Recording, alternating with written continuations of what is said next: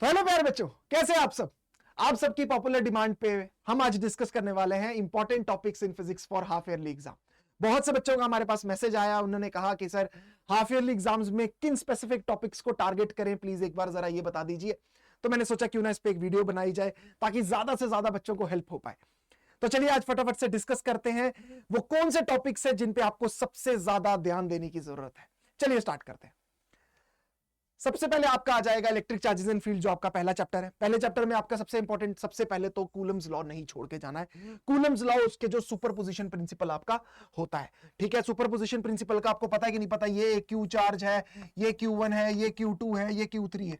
इनकी जो फोर्सेस की वजह से, तो जो इस चार्ज पे नेट फोर्स होता है वही हमारा सुपरपोजिशन प्रिंसिपल आता है। तो इस टाइप के क्वेश्चंस बहुत ज्यादा टारगेट किए जाते हैं, तो बहुत ज्यादा इंपॉर्टेंट है कि ये आप जरूर पढ़ के जाओ। इसके बाद आपके बारे आ जाती है इलेक्ट्रिक डाइपोल की। इलेक्ट्रिक डाइपोल की बात करें तो बेटा जो इसकी वजह से जो फील्ड वाला जो होता है, फील्ड में भी आपका कौन सा, एक आपका जो एक्सियल पोजीशन वाला होता है और एक आपका जो इक्वेटोरियल पोजीशन वाला होता है। ये दोनों आपके बहुत ज्यादा इंपॉर्टेंट है, इन दोनों को आपको कवर करके ही जाना है। इसके अलावा अगर डाइपोल में मैं बात करूं तो टॉर्क भी जरूर कर लीजिएगा, ठीक है। जो आपके टॉर्क वाला सवाल जो आते हैं, ठीक है। टॉर्क में क्या, एक ही तो फॉर्मूला है यार, एक ही फॉर्मूला है P क्रॉस E वाला, ठीक है ना। ये वाला फॉर्मूला अच्छे से पढ़ लेना, बहुत ज्यादा इंपॉर्टेंट है, बहुत क्वेश्चंस आते हैं इस पे, तो ये वाला टॉपिक भी आपका हो जाएगा। इलेक्ट्रिक फ्लक्स, फ्लक्स वाला जो आपका E डॉट ए, ठीक है, E डॉट ए वाला जो है ये बहुत ज्यादा इंपॉर्टेंट है। गॉस लॉ, ठीक है, गॉस थ्योरम जो है, और इसकी एप्लीकेशंस, ये बहुत ज्यादा इंपॉर्टेंट है। एप्लीकेशंस में आपने क्या क्या कर लेना है? एप्लीकेशंस पे जैसे आपका जो हॉलोस्फेयर है, हॉलोस्फेयर आपने कर लेना है, ठीक है।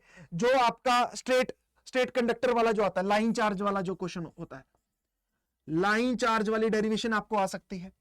इसके बाद जो है वो आपका इनफाइनाइट शीट वाली जो आती है, इनफाइनाइट शीट वाला जो आपका आता है, ये भी बहुत ज्यादा इंपॉर्टेंट है। तो बेटा ये टॉपिक्स जो है ये बहुत ज्यादा इंपॉर्टेंट है, और इनके बीच में भी क्या क्या चीजें इंपॉर्टेंट है ये भी मैंने आपको बता दी। तो इलेक्ट्रिक चार्जेस एंड फील्ड में पहले तो ये चीजें बहुत ज्यादा इंपॉर्टेंट है, इन्हें प्लीज नोट डाउन करके रखिएगा, आपको बहुत ज्यादा काम में आएंगे, ठीक है बेटा जी।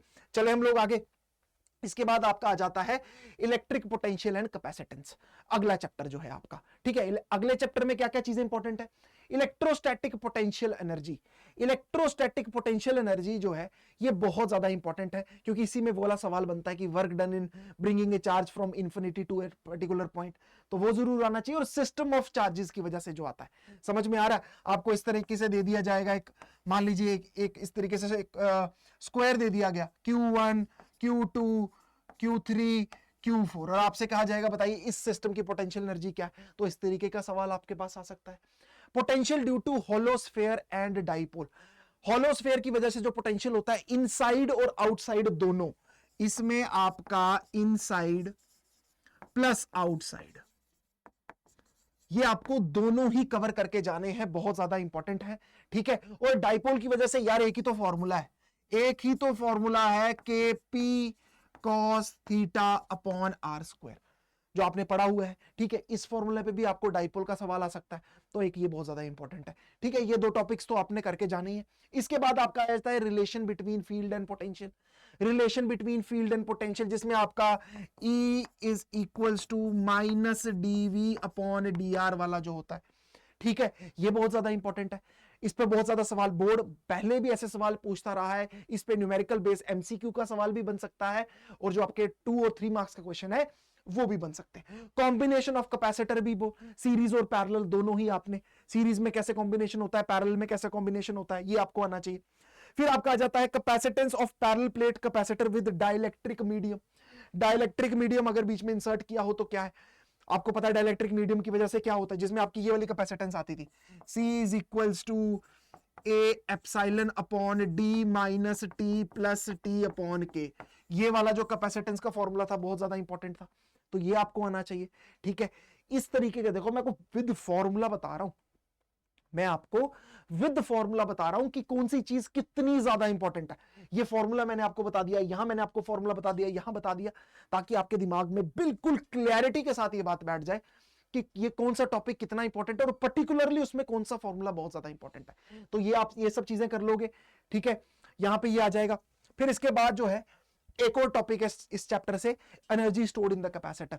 Energy stored in the capacitor, जिसमें हम लोग जो है वो हाफ CV स्क्वायर वाला इस्तेमाल करते हैं, Q स्क्वायर अपॉन 2C वाला भी इस्तेमाल करते हैं। तो energy stored in the capacitor, पहले एक अनचार्ज कैपेसिटर था, एक चार्ज कैपेसिटर था, हमने उनको कनेक्ट कर लिया। कब तक चार्ज फ्लो करता है? जब तक वो कॉमन पोटेंशियल नहीं अटेन कर लेता, उस टाइप के क्वेश्चन। तो इस टाइप के क्वेश्चन भी आपसे इस टॉपिक में पूछे जा सकते हैं। तो ये भी बहुत ज्यादा इंपॉर्टेंट टॉपिक आपका बन जाता है। ठीक है बेटा, याद रहेगा, याद रहेगा। ठीक है, नेक्स्ट चैप्टर की तरफ चले। नेक्स्ट चैप्टर में आपका आ जाता है करंट इलेक्ट्रिसिटी में। ठीक है, करंट इलेक्ट्रिसिटी में क्या क्या चीजें इंपॉर्टेंट है यार? जो ड्रिफ्ट वेलोसिटी वाला जो है, ड्रिफ्ट वेलोसिटी का फॉर्मूला जो आता है करंट के साथ, जो ड्रिफ्ट वेलोसिटी वाला I is equals to NAEVD, जो आपका ये वाला फॉर्मूला आता है I is equals to NAEVD वाला जो फॉर्मूला है, ये बहुत ज्यादा इंपॉर्टेंट फॉर्मूला है। फिर उसका जो रिलेशन है करंट के साथ, ये मैंने आपको बता दिया। मोबिलिटी हो गया, इस तरीके की डेफिनेशंस भी पूछी जाती है, छोटे मोटे न्यूमेरिकल्स भी इस पे बन जाते हैं। कॉम्बिनेशन ऑफ रेजिस्टर्स जो है, सीरीज और पैरेलल दोनों ही, ठीक है, सीरीज भी और पैरेलल भी, ये दोनों ही करके जाने हैं। ठीक है, छोटे छोटे से फॉर्मूला है, एक तो R is equal to R1 plus R2 plus R3, एक ये वाला फॉर्मूला है, और एक 1 upon RP is equal to 1 upon R1 plus 1 upon R2 plus 1 upon R3, एक वो वाला फॉर्मूला है। ठीक है, ये दोनों फॉर्मूला करके जाने। इसके बाद क्रिचॉफ्स रूल आपके आ जाते हैं। क्रिचॉफ्स रूल में भी दो ही है। क्रिचॉफ्स रूल में भी आपका क्या क्या आ जाएगा? एक आ जाएगा KCL और एक आ जाएगा KVL, ये दोनों पढ़ के जाने हैं, और इस पे न्यूमेरिकल भी। ठीक है, तो एक ये इंपॉर्टेंट चीज हो जाएगी। उसके बाद आपका आ जाएगा combination of cell and internal resistance, जो आप सेल्स को जब सीरीज में कनेक्ट करते हो तब किस तरीके से, पैरेलल में, और जब जिसमें इंटरनल रेजिस्टेंस दी होती है, उसका न्यूमेरिकल बहुत ज्यादा इंपॉर्टेंट आपके लिए बन जाता है, बहुत ज्यादा इंपॉर्टेंट बन जाता है। तो मेनली करंट इलेक्ट्रिसिटी में से यही देखा गया कि ये टॉपिक्स बहुत ज्यादा इंपॉर्टेंट होते हैं, इन टॉपिक्स को करके ही जाना होता है। इसके अलावा एक और टॉपिक भी है आपका, वो है आपका व्हीटस्टोन ब्रिज और पावर। पावर का जो फॉर्मूलाज होते हैं आपके, पावर का जो फॉर्मूलाज होते हैं बहुत बार बन जाते हैं। I स्क्वायर R वाला जो फॉर्मूला होता है, V स्क्वायर R वाला जो फॉर्मूला होता है, V इंटू आई वाला, कोई भी एप्लीकेशन में आ सकता है, इस पे न्यूमेरिकल ही आता है। मोस्टली पावर से आपसे न्यूमेरिकल ही पूछा जाता है, तो आपको ये आना चाहिए। व्हीटस्टोन ब्रिज जो है, व्हीटस्टोन ब्रिज वाला जो है, ठीक है, ये बहुत ज्यादा इंपॉर्टेंट है, क्योंकि ये एप्लीकेशन आपके सिलेबस में एक ही रह गई है। पहले तो पोटेंशियोमीटर भी हुआ करता था, वो हटा दिया अब, तो अब बचा है सिर्फ व्हीटस्टोन ब्रिज।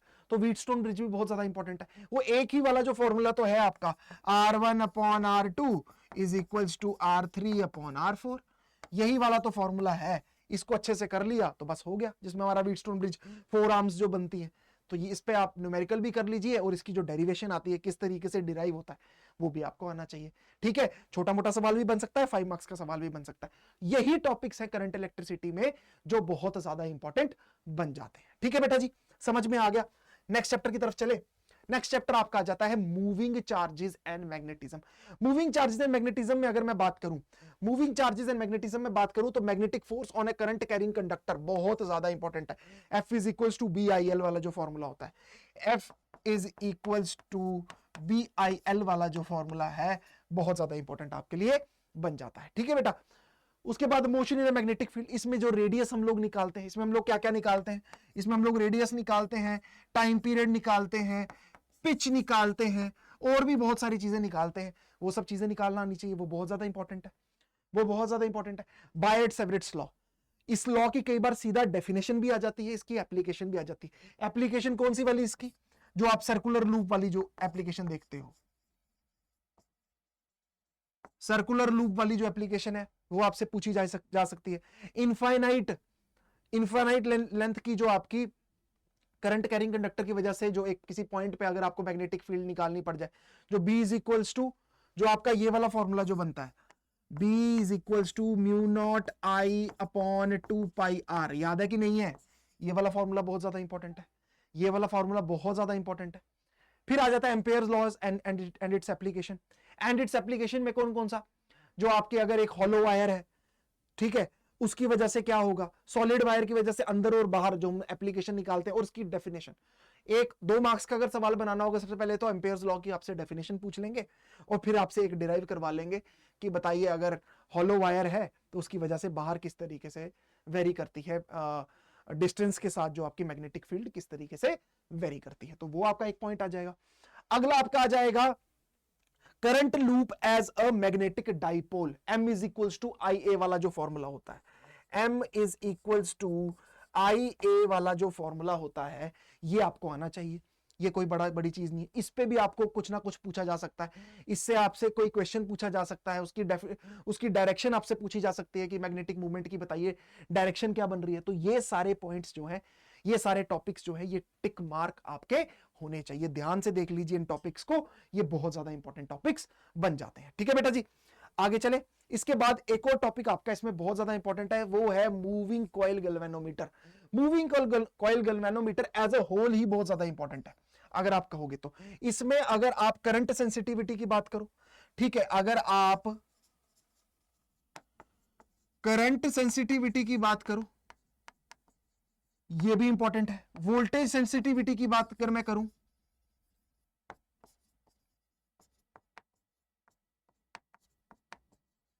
वोल्टेज सेंसिटिविटी भी बहुत ज्यादा इंपॉर्टेंट है। कन्वर्जन बहुत ज्यादा इंपॉर्टेंट है इसमें, कन्वर्जन बहुत ज्यादा इंपॉर्टेंट है। कन्वर्जन किसमें, कन्वर्जन किसमें कि गैल्वेनोमीटर टू एमीटर और गैल्वेनोमीटर टू वोल्टामीटर। बेटा देखो पूरा डिटेल में तुमको बता रहा हूं, कि पूरा डिटेल में बता रहा हूं, एक एक टॉपिक, सब टॉपिक भी, इसके अंदर और कौन सा टॉपिक सबसे ज्यादा इंपॉर्टेंट है। ठीक है, तो सबसे ज्यादा जो है इस पे मोस्टली आपको न्यूमेरिकल ही पूछा जाता है। इसमें मोस्टली आपको न्यूमेरिकल ही पूछा जाता है, कि न्यूमेरिकल बना दिया जाएगा इस पे। करंट सेंसिटिविटी और इस पे हो सकता है आपको एक क्वेश्चन बना के कि डिराइव कर दो इसमें से आपको वर्किंग किस तरीके से होती है। तो वर्किंग पे अगर सवाल होगा तो 5 मार्क्स का वर्किंग पे भी सवाल आपका बन सकता है, कि explain the working of moving coil galvanometer, NCERT में दिया हुआ। तो ये भी एक टॉपिक इंपॉर्टेंट आपका बन जाता है यहां से। ठीक है, समझ में आ गया। चले हम लोग आगे। इसके बाद हमारा आ जाता है मैग्नेटिज्म एंड मैटर। हाँ जी, छोटा सा चैप्टर है और टॉपिक भी बहुत कम ही है। ठीक है, magnetic field intensity due to magnetic dipole. Magnetic जो आपका बार मैग्नेट जो आपका बनता है, ठीक है, इसमें कौन सा टॉपिक है आपका, जो आपका बार मैग्नेट वाला बनता है। बार मैग्नेट की वजह से जो एक्सिस पे और इक्वेटोरियल पॉइंट पे दोनों पे आपका बहुत ज्यादा torque on a bar magnet. इसमें जो टॉर्क में आपका M क्रॉस बी वाला बहुत ज्यादा इंपॉर्टेंट आपका बन जाता है। ठीक है, magnetization and magnetic intensity. Magnetization and magnetic intensity याद है कि नहीं है, जिसमें आपका M आ जाता है, H आ जाता है, मैग्नेटिक ससेप्टिबिलिटी आ जाती है। इनके जो रिलेशंस है इस पे न्यूमेरिकल बहुत बार बन जाता है। क्यूरीज लॉ पे सवाल आपका आ जाता है, यहां से आपका क्यूरीज लॉ पे सवाल आ जाता है, याद है कि नहीं है। तो इसमें क्यूरीज लॉ जो है इस पे भी आपका सवाल बन सकता है यहां से। ठीक है, समझ में आ रहा है कि नहीं समझ में आ रहा है, तो ये बहुत ज्यादा इंपॉर्टेंट बन जाता है। ये सब टॉपिक्स जो है इनको कवर करना आपके लिए बहुत ज्यादा इंपॉर्टेंट है, अगर इस चैप्टर को आप फटाफट से पढ़ रहे हो तो। ये तो टिक मार्क होने ही चाहिए, ये एक एक टॉपिक आपका टिक मार्क होना चाहिए कि हाँ ये हमने कर लिया हुआ। ठीक है बच्चा लोग, समझ में आ रहा है कि नहीं आ रहा है। इसके बाद हमारा अगला टॉपिक आ जाता है magnetic properties of material, dia, para और फेरोमैग्नेटिक सबकी। कि जैसे डायामैग्नेटिक क्या करता है, वो क्या करता है, from the region of strong magnetic field to weak magnetic field जाता है, ये वीक टू स्ट्रॉन्ग जाता है, ये तो बहुत ज्यादा स्ट्रॉन्ग, इसकी डोमेन्स अलाइंड हो जाती हैं। वो डायग्राम किस तरीके से बनती है, जैसे मैग्नेटिक फील्ड लाइंस को ये तो रिपेल करता है, ये मैग्नेटिक फील्ड लाइंस को अपने बीच में से पास होने देता है, ये बहुत स्ट्रांगली पास होने देता है। तो किस तरीके से, है ना, ससेप्टिबिलिटी डाया की क्या होती है, पैरा की क्या होती है, फेरो की क्या होती है, ये छोटी मोटी चीजें आपको इसके बारे में ओवरऑल पता होनी चाहिए। ठीक है बच्चा लोग, बात समझ में आ गई। चले हम लोग आगे। इसके बाद हमारा आ जाता है इलेक्ट्रोमैग्नेटिक इंडक्शन। इलेक्ट्रोमैग्नेटिक इंडक्शन में फैराडेज लॉज डेफिनेशन भी इंपॉर्टेंट है और न्यूमेरिकल भी छोटा बन सकता है, जो आपका यही वाला आता है, is equals to minus d∅/dt। इस पे न्यूमेरिकल बन सकता है। लेंज लॉ की डेफिनेशन आ जाएगी, आपको डेफिनेशन आ जाएगी, इससे ज्यादा और कुछ नहीं आएगा। हाँ, हो सकता है कॉइल बना दे, उसमें से पूछ ले बताओ क्या बन रहा है, तो लेंज लॉ पढ़ लेना। सेल्फ एंड म्यूचुअल इंडक्शन, इसकी आपको डेरिवेशन भी आ सकती है कि टू कोएक्सियल सोलेनॉइड्स अगर हमने ले लिए हैं तो बताओ म्यूचुअल इंडक्शन की क्या वैल्यू आएगी। या फिर छोटा मोटा न्यूमेरिकल आपका बन जाएगा, इज इक्वल्स टू -L वाला, जो आपका न्यूमेरिकल जो बनता है ये आपका न्यूमेरिकल बन जाएगा इस पे। ठीक है, और आपका लास्ट जो इसमें बहुत ज्यादा इंपॉर्टेंट है वो है एसी जनरेटर। 5 मार्क्स का सवाल आपका एसी जनरेटर में भी बन सकता है। ठीक है बेटा, एसी जनरेटर में भी 5 मार्क्स का सवाल आपका बन सकता है, पॉसिबल है। तो यही टॉपिक्स हैं जो आपके इलेक्ट्रोमैग्नेटिक इंडक्शन में इंपॉर्टेंट है। ठीक है बेटा, चले हम लोग आगे। इसके बाद हमारा अगला आ जाता है ऑल्टरनेटिंग करंट। ऑल्टरनेटिंग करंट में peak and RMS value of current, ज्यादातर पे तो ऐसा कुछ आपको दिया नहीं जाएगा कि निकाल के दिखाओ ही दिखाओ हमको, बट आपको ये बोला जाएगा कि भैया इसका जो है वो हमको डेफिनेशन बताओ कि आपकी आरएमएस की क्या डेफिनेशन होती है, ये आपको निकालने के लिए आ जाएगी।